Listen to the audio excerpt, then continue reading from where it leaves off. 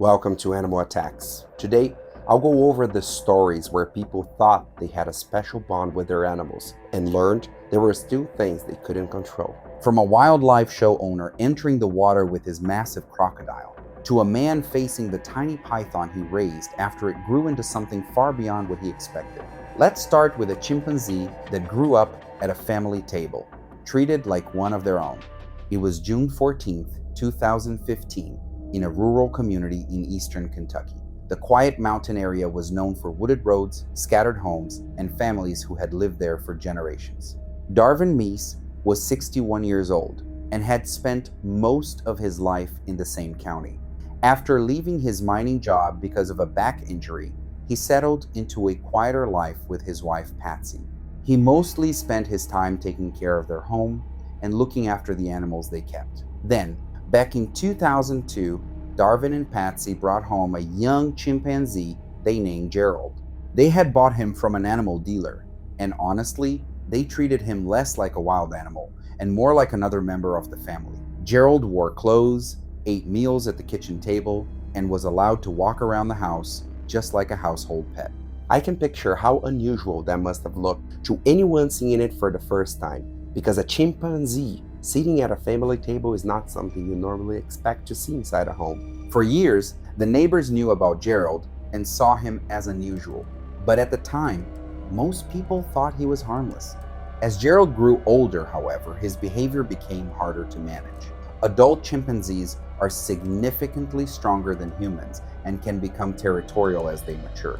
Although Gerald had been raised around people, maturity and natural chimpanzee behavior still shaped his actions. As he grew into adulthood, his increasing strength, social instincts, and difficulty adapting to a human household made him far more challenging to safely manage.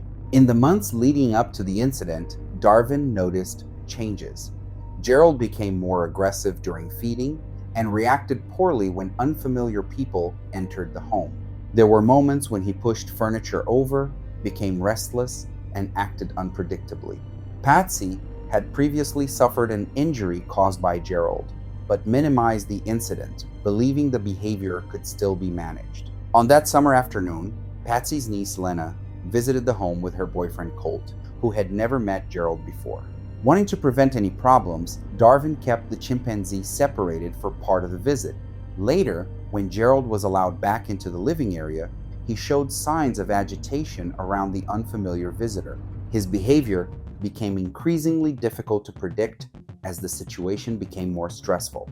Darvin tried to calm Gerald down the same way he always had, offering him food and speaking to him in a familiar voice. For a moment, it seemed like things were settling down. But when Colt started moving toward another part of the house, Gerald suddenly reacted and became aggressive. Darvin stepped forward in an attempt to intervene and regain control of the situation. The chimpanzee's reaction was immediate, and the attack escalated rapidly inside the home, leaving Darvin critically injured. Lena and Patsy tried to intervene using objects nearby, but their efforts were unsuccessful against the animal's strength. I can imagine being in that room and realizing that nothing nearby was enough to stop what was happening. Patsy eventually managed to reach a phone and contact emergency services.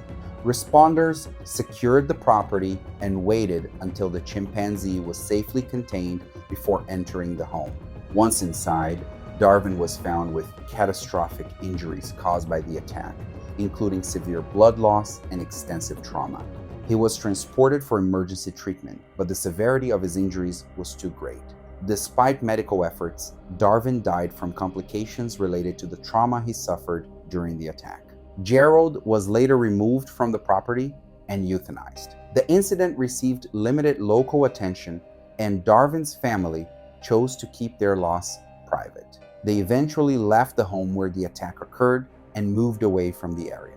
The case became a quiet reminder of the risks involved when non-domesticated animals are raised in human environments. Although Gerald had spent years living with people, he remained an adult chimpanzee with immense physical strength and complex social behaviors that could not be fully controlled.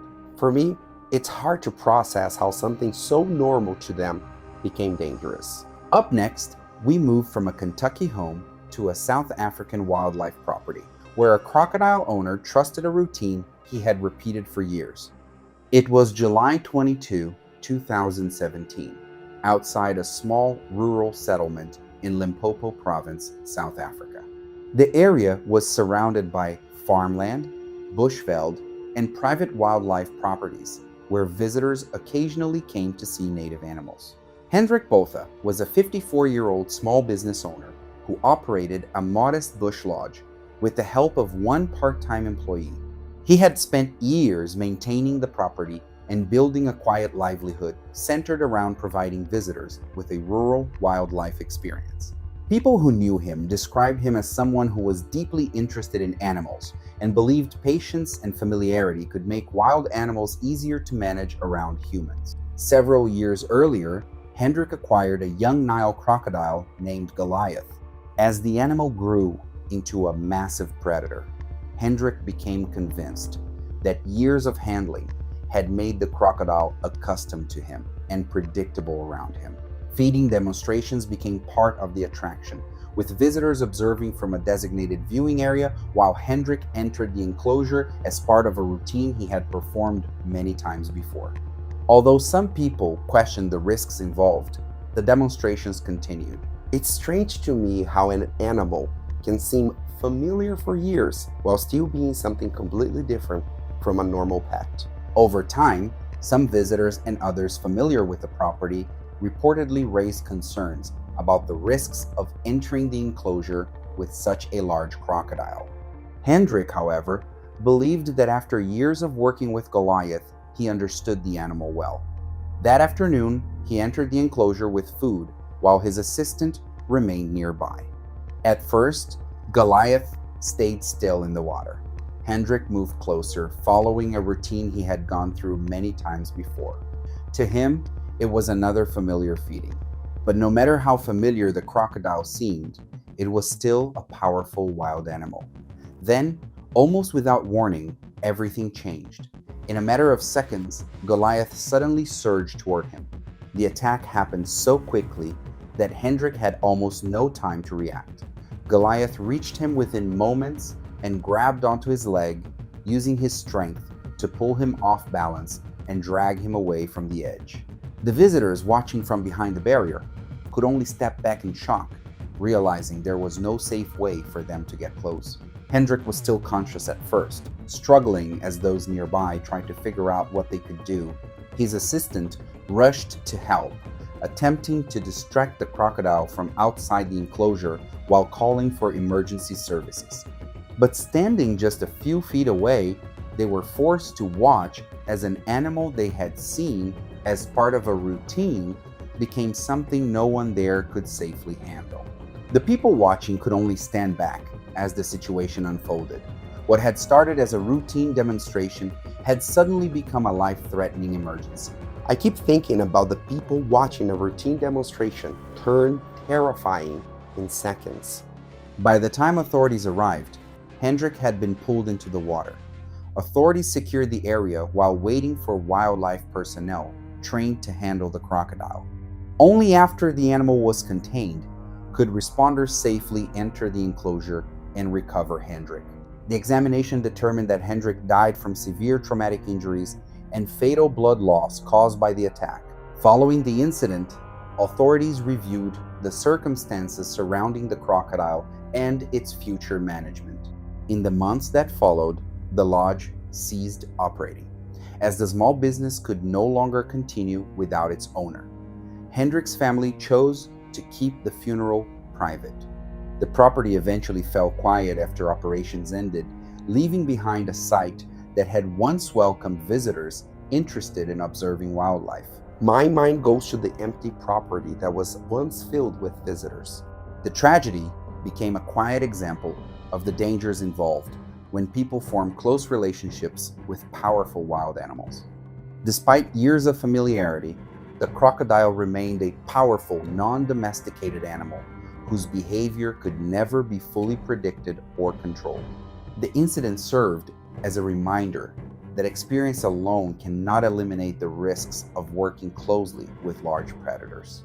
Across the world in rural Texas, another animal owner placed his trust in a predator he had lived alongside for years. It was November 23, 2018, outside a rural area near Midland, Texas. The property was surrounded by open brushland, isolated roads, and large private lots far from nearby homes. Travin Colquitt was a 48-year-old ranch owner who managed a large piece of land while working in the oil services industry. He lived a quiet life away from public attention and spent much of his time maintaining his property and caring for the animals he kept there. People who knew him describe him as someone who preferred a private lifestyle and rarely sought attention for his unusual collection of animals. Years earlier, Travin acquired a female African leopard named Celine through legal exotic animal channels and kept her under the permits required for private ownership in his area. He maintained a secure enclosure behind his home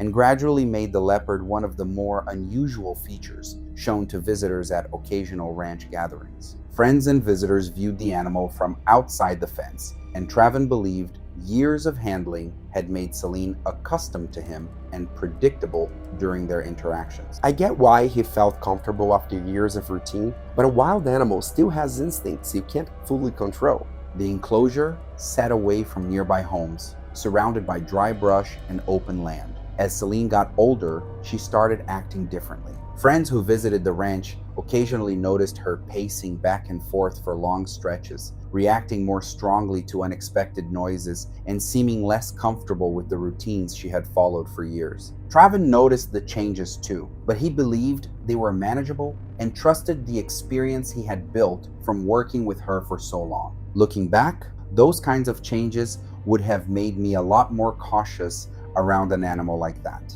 That change in behavior would have caught my attention immediately, especially with an animal this powerful. During a holiday gathering, several longtime friends and ranch visitors came to the property. Many of them had seen Celine before and were familiar with Travin's routines around the animal. Later that evening, they gathered near the enclosure while observing from outside the fence. Believing he understood how Celine would react, Travin opened the gate and stepped inside. Several of those present had seen him do the same thing before. At first, everything seemed normal. Celine wandered around the enclosure while Travin stood nearby, and for a moment it looked like the same routine they had gone through many times before. Then something changed. In an instant, the calm atmosphere disappeared as the leopard moved in from behind and attacked. The force of the first strike knocked Travin to the ground, leaving him unable to defend himself.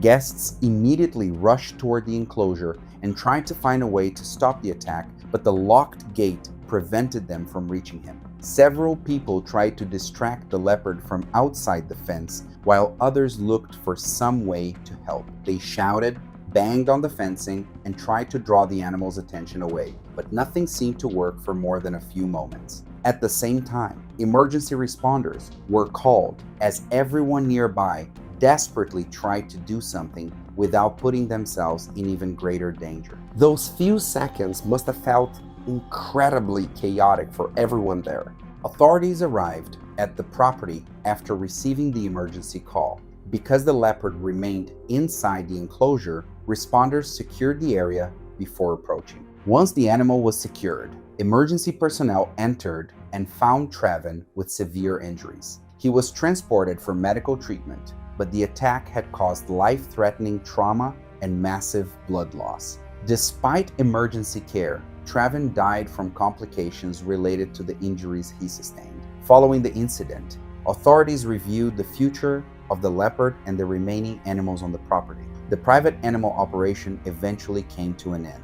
Although Travin had spent years around Celine, familiarity did not change the fact that she remained a powerful wild animal with instincts that could not always be predicted or controlled. Our next story takes us to Oaxaca, Mexico, where a jaguar became the unusual centerpiece of a family guest house. It was January 28, 2020, near a coastal community in Oaxaca, Mexico. The area was surrounded by dry vegetation, small farms, and quiet properties where local families ran small guest accommodations. Ramiro Velarde was 44 years old and ran a small guest house with his wife Cristela and their teenage son Mauricio. Most of his days were spent managing the property, taking care of guests, and supporting his family. Several years earlier, Ramiro got a male jaguar named Toro through an illegal wildlife trade deal. He kept the animal in a private enclosure near the guest house and only showed him to a small number of trusted visitors and guests. Because keeping the jaguar was illegal, Ramiro largely kept it out of public view and avoided drawing attention to it. Even so, among the people who knew about Toro, the animal became one of the most unusual things on the property. A jaguar becoming the centerpiece of a guest house sounds unusual enough on its own, but the risk behind it are easy to overlook. The enclosure was built with metal fencing and a single access gate, intended mainly for viewing the animal rather than handling it. As Toro got older, though, he became harder to predict. In the weeks leading up to the incident, he appeared more restless, more aggressive, and less interested in food than usual. Ramiro continued following the routines he had grown used to over the years. That afternoon, a small group of guests staying at the property asked to see Toro. Ramiro agreed to show them the jaguar, and despite his wife's concerns, he believed his familiarity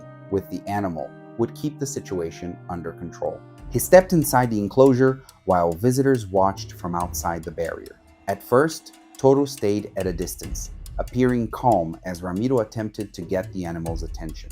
For a brief moment, the routine appeared no different from previous encounters. Without obvious warning to those watching, the jaguar lowered its body and suddenly rushed toward him. 1 second, everything looked familiar, and then the entire scene changed. The attack happened too quickly for anyone nearby to intervene. Toro struck Ramiro and forced him to the ground, leaving him unable to escape. Guests immediately moved away from the enclosure while others searched for a way to help. The barrier that was meant to protect them also prevented them from reaching him. Cristela heard the commotion and rushed toward the enclosure. From outside the barrier, she and others tried to distract the jaguar, but Toro remained focused on Ramiro. After a short time, the animal finally moved away toward another part of the enclosure. Only then could those nearby safely reach Ramiro and pull him away. He had already suffered severe injuries, and help was requested while those at the property did what they could for him until responders arrived. Ramiro had suffered severe traumatic injuries and significant blood loss during the attack. Responders eventually reached the property and he was taken for medical treatment, but his injuries were too severe. Despite medical efforts, he later died from the trauma he sustained during the encounter. The jaguar was removed from the property and transferred to a wildlife facility. The guest house closed soon afterward, and Ramiro's family eventually left the area. I wonder what it must have felt like for the family to leave behind a place they spent years building. The incident remained a quiet tragedy within the community. Friends and neighbors remembered Ramiro as a hardworking man who wanted to create a unique experience for visitors. But his decision to keep a powerful, wild predator in close contact with people ended in irreversible consequences. The case became another reminder that even animals raised around humans retain their natural instincts. Familiarity, routine, and years of interaction could not eliminate the dangers of keeping a large predator in a private setting. Leaving behind the world of big cats, we enter a Georgia home where a small snake grew into something far more difficult to manage. It was December 17, 2016, in a quiet residential neighborhood in Warner Robins, Georgia. The area was made up of ordinary family homes where neighbors knew each other and lived away from the attention of larger cities. Fenton Dre was a 38-year-old flooring installer who lived with his wife Shyla and their 2 daughters in a modest suburban home. Outside of work and family life, he had a strong interest in reptiles and spent years caring for unusual animals as a personal hobby. Several years earlier, Fenton got a young reticulated python named Rex. Back then, the snake was small enough to keep in an enclosure set up in a spare room. Over the years, though, Rex grew to around 5 meters long. As he got bigger, Caring for him became more difficult, and Fenton's attempts to find another home for the snake were unsuccessful. Rex was kept in a secured room at the back of the house. Reticulated pythons are incredibly powerful constrictors, capable of overpowering prey by wrapping around it and squeezing with tremendous force. Even after years around people, Rex's size and strength meant that any close interaction carried serious risks. If it were me, I'd be extremely cautious being near an animal that large, even if I had cared for it for years. In the weeks before the incident, Rex showed changes in its behavior. The snake had gone through an extended period without eating, which Fenton believed was a normal seasonal pattern. He planned to continue caring for it and had prepared food for a future feeding. I get why he saw it as normal after years together, but I'd pay closer attention as the snake became harder to manage. During a family gathering, several relatives visited the home, and the room where Rex was kept was temporarily being used for storage. Fenton believed the enclosure was properly secured before entering the room. Unbeknownst to him, the enclosure door had not latched completely. At some point during the day, Rex managed to push his way out and remained loose inside the room. Later that evening, Fenton entered the room after someone needed an item stored inside. The sudden encounter startled the snake, which reacted by striking and wrapping around him. Rex struck and latched onto Fenton's arm before wrapping itself around his body. Caught off guard, Fenton fought back and tried to pull free, knocking over items in the room as he struggled. For a short time, he was still able to call out, but as the snake tightened its grip, it became harder for him to breathe. Elsewhere in the house, family members assumed the noise was related to the gathering. When Fenton didn't return, his daughter went to check on him and opened the door to find him on the floor with the python wrapped around him. The family immediately rushed in to help, while someone called for emergency services. Their efforts were unsuccessful because of the snake's strength. When responders arrived, they immediately began efforts to free Fenton while also requesting assistance from personnel familiar with large reptiles. After a difficult rescue effort, responders were finally able to free Fenton from the snake's grip and reach him. Fenton was found unresponsive and was taken for emergency medical care. However, the injuries caused by the constriction were too severe. He died as a result of respiratory failure caused by prolonged constriction from the python. The python was removed from the property following the incident. Fenton's family later left the home and moved closer to relatives, choosing to leave behind the place where the tragedy occurred. I can only imagine how helpless they must have felt waiting for responders while trying to save him. The incident remained a private loss for the family and the local community. Those who knew Fenton remembered him as someone who cared deeply for animals. The tragedy highlighted the challenges and potential dangers involved in keeping very large constrictor snakes in a household environment, even though incidents of this kind remain extremely uncommon. The case later became part of broader discussions about the ownership of large constrictor snakes and the challenges of safely managing animals that can grow far beyond what many owners initially expect. From a quiet neighborhood in Georgia, we traveled to rural Indiana, where a veteran tiger trainer prepared for another performance with a familiar animal.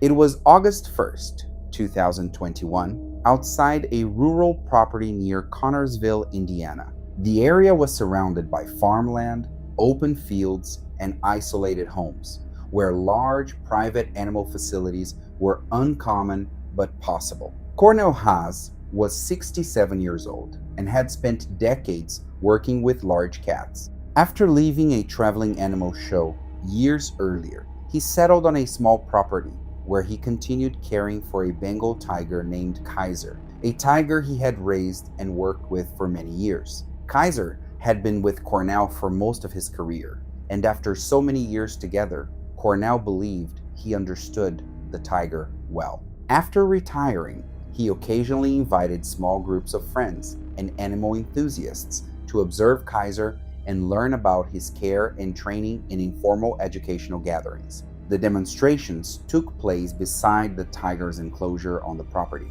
Although Kaiser had spent years around people, he was still a powerful wild animal. In the weeks leading up to the incident, Cornell noticed signs of increasing aggression, including one occasion when the tiger tried to swipe at him through a barrier. He viewed it as a temporary problem and continued the demonstrations. Honestly, seeing those warning signs would make me rethink getting that close. On that afternoon, a small group of visitors arrived to watch a demonstration. The weather was hot, and Cornell's assistant expressed concerns about the tiger's unusual behavior. Despite the warning, Cornell entered the performance area wearing his usual training equipment and began the routine.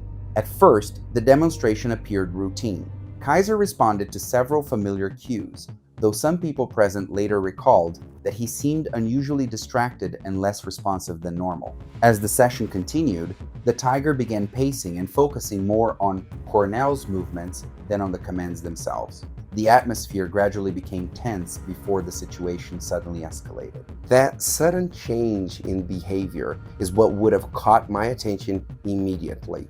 Kaiser abruptly closed the distance between them and ignored a command that normally would have stopped him.